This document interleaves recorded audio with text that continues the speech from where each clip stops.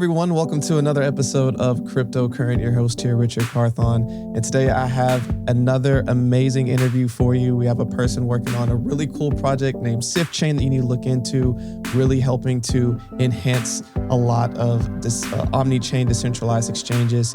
So we have Jared Moore, the Director of Marketing. How are you doing today? Doing great. Thank you, man. I'm excited to be here. No doubt, man. Well, excited to learn more about you and dive more into all the amazing things you're working on with Sifchain. But first, want to learn a little bit more about you. Can you give us some background on yourself? Yeah, I'm the Director of Marketing. I've done a lot of marketing in the direct-to-consumer space. I first got into blockchain marketing in about 2017, when that first bull market, when everybody thought that was the super cycle in itself, and then everybody found out that wasn't the case. But I've been with Sifchain now for a few months, and it's been amazing. The team is one of the hardest working and one of the most competent teams actually that I've ever been with. And they're all just smart, great communication. It's really interesting. And then just being in this space too, it's been the coolest thing ever. So, yeah, just been in marketing for probably 5-6 years now. That's awesome, man. Yeah. And with that, what was your first introduction to the crypto blockchain space? When did you first hear about it? And then how did you even find out about the opportunity at Sifchain? Oh man, everyone always has that early Bitcoin story, right? So I think it was, sophomore year of high school, a friend at the lunch table said, "Hey, you want to buy some Bitcoin for $10? I'm like, "What's that?" He's like, "It's internet money, kind of." I'm like, no, I'm good. And then about 2016 rolls around and I'm like, "Dude, what is this thing?" And then he explains it. And so I really got into Bitcoin, and then I think it was Ethereum right after. And then just learning just more about everything in the blockchain space. And then there's all these new protocols and all this new funding that happens. And then, now we're all in the rabbit hole, right? And then we were saying before this started, no one can really sleep in here unless you make dedicated time because there's so much coming out. But yeah, so that's how we got into it. What was your next question after that? No, it was all good, man. And you bring up a really good point of you're always on in the world of crypto blockchain if you're really in it, just because there's always something new. It's 24-hour cycle. When this side of the world sleeping, the other side of the world is up, and vice versa. But again, you found out when it was worth $10, and it's very much appreciated since then. But as you start to learn more about it, you learn about Bitcoin, learn about Ethereum, and you start your career. How did you get into the world of crypto blockchain? When did you decide, okay, this is a world that I really want to dive in and be all in on? Yeah, it was early 2017. So it's when the market started to increase a little bit, caught my attention, and then it really hit the 2017 bull run. Luckily, I got into the marketing side of things before that big run up. It was 2017 and late 2016 that really was this is something not normal. And it's my initial chance to do something big, right? I was born too late for the .com boom, but this is the next one. So no, absolutely. I make a lot of references to that, but you get into it in 2017, and then you kind of stay within the space through a bear cycle, which I do want to go ask you a question about that later. But now you're with Sifchain. They're working on all amazing stuff. What is Sifchain, and what are some of the different things that y'all are working on right now? Yeah, so Sifchain is an omni-chain DEX. Basically, it's a Cosmos Tendermint SDK, but it's an omni-chain DEX, meaning it connects all of the EVM chains and Ethereum to Cosmos. So now you have a bridge basically from Cosmos to Ethereum and to any EVM chain, like Polygon, Binance Smart Chain in the future, all that type of stuff. So it's kind of interesting to see the liquidity and the attention in Ethereum now being able to be swapped into Cosmos. It's kind of powerful because we're the only one to do that. So with IBC. That's really awesome, man. And one of the things that I want to spend just a moment on is just, I've always been a really big Ethereum fan, but I've actually started to become less and less of an ETH fan this year because of gas.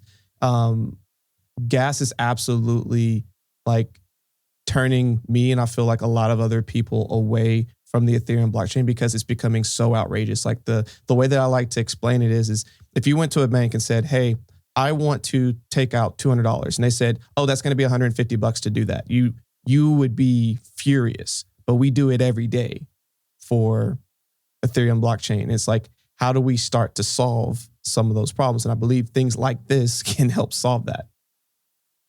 Yeah, and there's no reason why. So it has high fees for a reason. I love the Ethereum and the Ethereum community. It has high demand. Now, is the network perfect? No. Should it move? Like a lot of the transactions move to other chains like Cosmos, Solana, maybe even if they don't go down. Yes. Yeah. A lot of the data processing should not be done on Ethereum. And I think really that's where Cosmos kind of stands out, especially being this like connector between all the EVM chains. And the high Ethereum gas fees they're not sustainable. Especially like normal people can't do that. Normal people can't spend $40 to send $5. So exactly. yeah. It's when crypto and all this was made, it was decentralized and meant to give and empower people and give people access.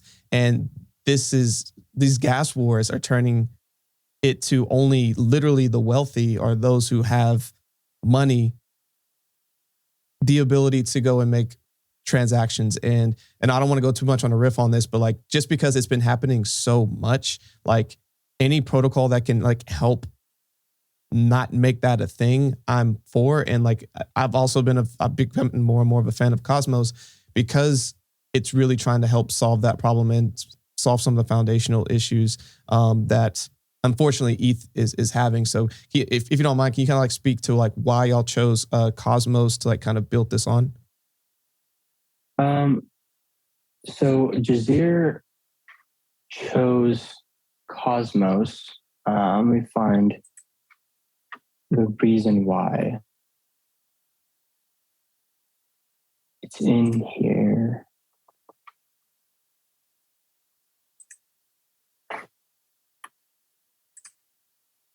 While I look that up, because Jazeer sent me a message about that. Do you want to ask me like a different question real quick? Yeah. So, and again, I wasn't trying to take it too far in one direction, but as people have been using Sifchain, what have been a lot of the different use cases as you start seeing users come on? How are they been able to integrate Sifchain into their day-to-day operations? Mm-hmm. It's interesting because the Cosmos ecosystem is in this like space where there's a lot of really strong developers, but like all of the liquidity and the funding is on Ethereum in comparison. So now we're starting to see like the smart contracts and the like NFTs and different games being built on Cosmos. So for now, for the majority of activity, it's more of like staking and like this like early network feel of like everybody's just like staking and getting equity or like the token rewards, your governance tokens of each platform. So that's the majority of what's happening in the Cosmos space. It feels like early Ethereum or like early, not EOS. I guess I can only compare it to early Ethereum, where it's just like this like land grab of like you're trying to get the early Uniswap tokens, you're trying to get the early compound tokens, you're trying to get the so. No, definitely. And as that's being built out, and something I try to relay to everyone that watches the show and is getting into the crypto space is that all of this stuff takes time to build. So if you look at a lot of the projects who ran up in the 2017 bull run and now this go around are having even more stellar run ups because they've been able to build out their platforms a lot more. They've been able to build more infrastructure. They've been able to build more use cases on top of their protocols or have more use cases for their coins or et cetera. So things take time. Ultimately, things take time. And so Cosmos is right now has been building and is continuing to build, but its day is coming. I personally believe. Yeah. And I just found it too. It was the majority the speed of the networks of Cosmos being about 100 times faster than Ethereum. The fees are an issue, so that's part of the development on there. And then there's enough space basically to build all the tools necessary, rather having to rely on other like pre-built tools in the Cosmos space. So like explorers and wallets and things. So, got it. No, that's a good reason to build on Cosmos for sure. And with the Omni Dex and everything that you have been building, what are some of the things within the pipeline that you think people should be aware of and are has you and the team excited? Yeah, there's a ton of liquidity programs going right now. And that's some of the most insane APYs I've ever seen. Like people were posting screenshots on Twitter the other day of over 5,000% APY on some like liquidity pools. It was insane. Because we have this bounty program called Sif's Harvest that's running right now. So you basically add liquidity to any pool and they're just monster APY numbers. Obviously, more people file in, those numbers drop a little bit, but they're still, I think, over 1,000% APY right now. There's a bonus pool we're doing with the Juno project right now. They just launched on Osmosis and on Sifchain now. But basically, we're allocating 1 million Rowan tokens to people that just taken there. So if you add liquidity to that, you're getting Sif's Harvest, but you're also getting this bonus 1 million Rowan, like a share of that. So that's insane. Validating and delegating right now is about 67 to 70%, just staking or delegating to a validator. And that doesn't even include transaction fees. So that's crazy. Especially when we launch a trading competition soon. So yeah, we have huge TVL now. It's about 50 million. So the trading competition is going to have like way better trades. Trading volume should go up. Yeah, a lot of stuff happening. A lot of real quick APY. with your TVL for the newbie. What is a TVL? So token value lockup. That's basically the amount of value locked up inside of your platform or your game or your DEX. Thank you. Appreciate that. And and the reason I try to go and bring some of that up sometimes when the newer listeners that come in, like we'll just throw out verbs that we all know, but it's good to just have someone break that down. So total value locked. And what's pretty insane is so APY's annual percentage yield. You go and you provide liquidity to some of these pools, which basically you go in, you have a certain amount of money, you then put it into a pool, and then it earns you money for locking up and validating that particular pool. How are y'all able to get these kinds of insane types of APYs? Like those are some of the largest I've ever heard of. Yeah. So for the validating and delegating, we have network staking rewards going live or live again. So basically, that's just like validator like inflation rewards. The Sif's Harvest, which is this insane like APY program. This is basically just like our fund of Rowan tokens that we are just using to basically increase the amount of people that can join the network, right? So if we increase the system network income, that increases the ability for Sifchain to survive long term, because more network income means more obviously value for everybody else. Right. For the validators, for the team, for community. No, definitely. And thank you for breaking that down. And it sounds like there's a lot of excitement around that. And with building out the network and as this continues to kind of flourish, as we kind of look at the macro and the greater crypto community and everything that's going on, where do you see Sifchain kind of growing out into the future? And just like, as we look at the greater crypto landscape, why is it important that we continue to have liquidity providers and DEXs to keep bridging gaps? Yeah, so it's kind of interesting to see the development of like this team right now, because we are the only one bridging like Cosmos to Ethereum like through IBC efficiently. So I really only see us obviously extending that further to other EVM chains, but being the connector of multiple chains is going to be a big thing. So you have most right now, like liquidity on Ethereum, but you have most scalability elsewhere, at least until other solutions happen on Ethereum. But that could be years, which is a long time in crypto, especially we were talking like every minute of the day something happens. So until then, if then, scaling needs to happen elsewhere. So as scaling happens elsewhere, the ability to connect those chains together, like I really think of this as if we have a single company offering a service or a good, that's not how the world operates. But we have multiple companies offering multiple services or goods. That's kind of a distributed protocol system in a sense, because you don't just have your Ethereum or your Apple, right? You also have your Samsung. You also have your Google, your whatever. So there's going to be multiple chains. If you believe in a multiple chain future, it makes the most sense to connect them, right? Because if you have an asset in one bank, you have to be able to wire money to another bank. Or if you have an NFT in one bank, you have to be able to send that NFT somewhere else. Or like there has to be connectivity, or else you're just going to have these siloed ecosystems, which is not going to happen. It can't happen, especially like you're adding invisible borders, right? So right. Yeah, IBC is going to win. It is. And again, I'm going to break two more of these down. So can you explain what IBC is in the EVM chains? Oh yeah. So IBC is inter-blockchain connectivity. So connecting all these blockchains will win. And then EVM is Ethereum virtual machine. And basically that's like the thing on Ethereum that lets you run smart contracts in a sense.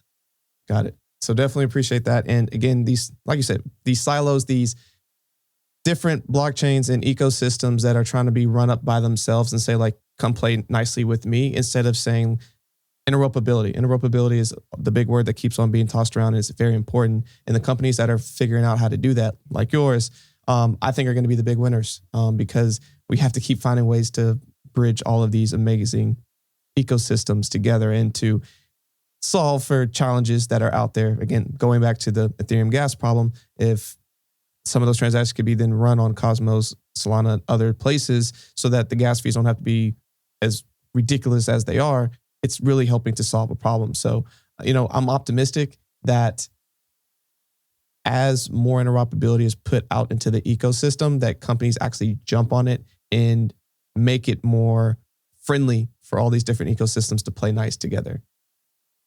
Yeah, and it's kind of cool because having different ecosystems or networks, you get the option to choose where you want to store like your funds or whatever at.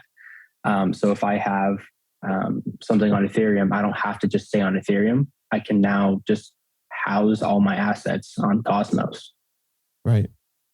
Like you don't have to be on Ethereum. You could literally be on Cosmos. You can choose to be wherever you want. That's no crazy. doubt. So if you prefer a certain network's type of security, like you get to choose where you want to go. Power to the people.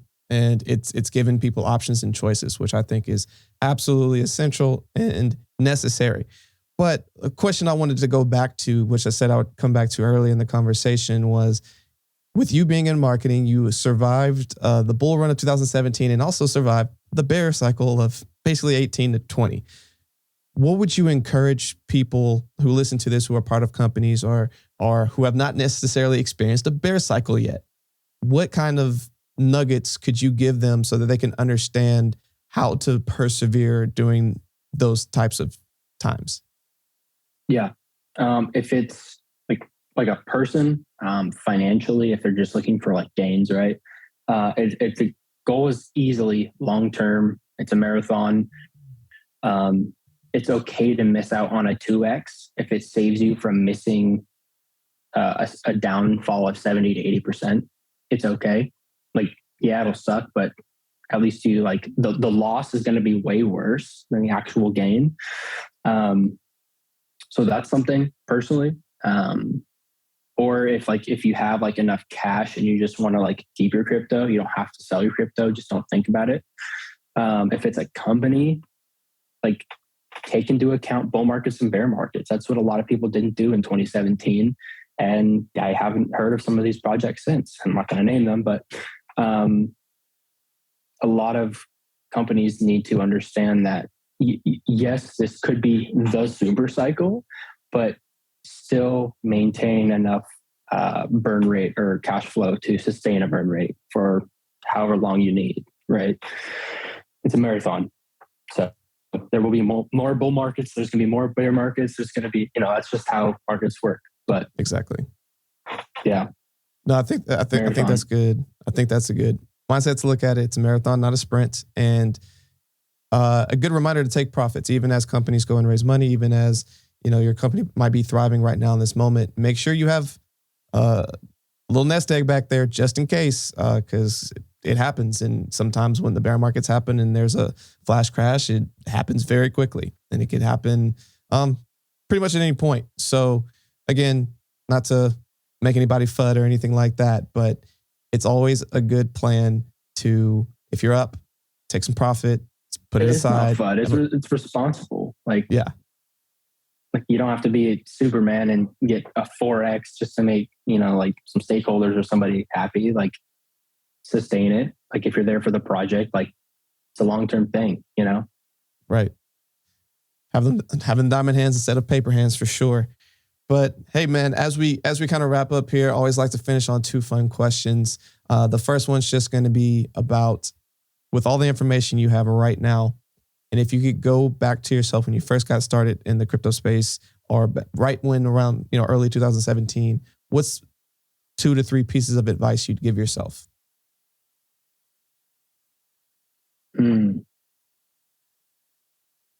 Take profits when there's major run-ups.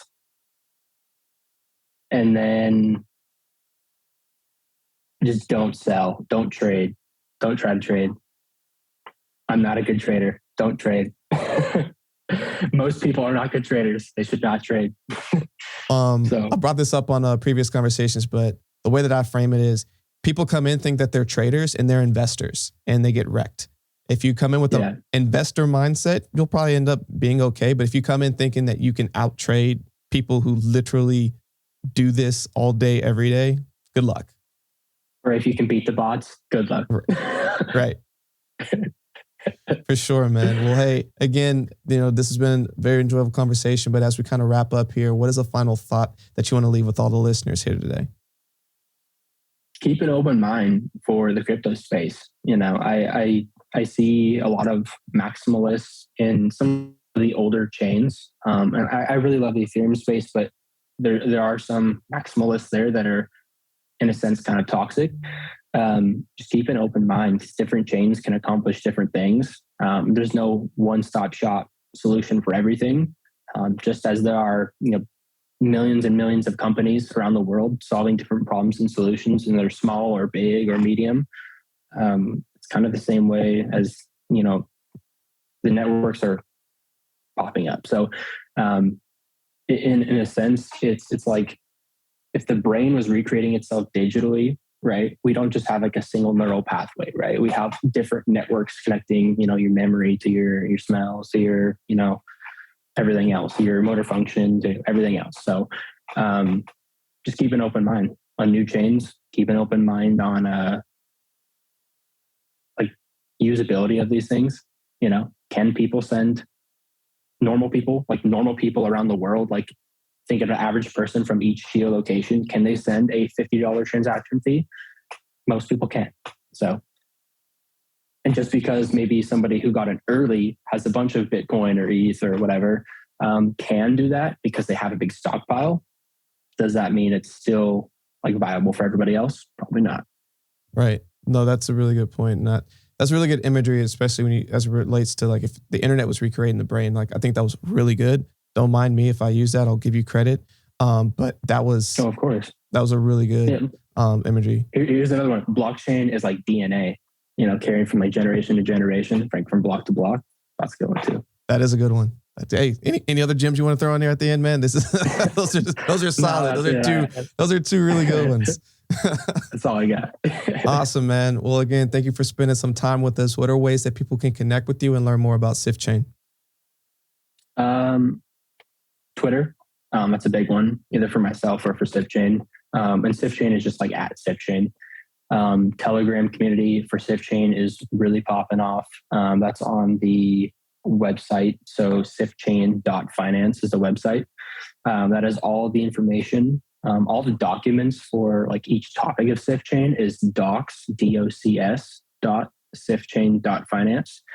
That's going to be for the best information you can get. And then just Twitter, honestly, for Sifchain. Excellent. Well, again, man, really appreciate you spending some time with us today. And for everyone listening, stay cryptocurrent.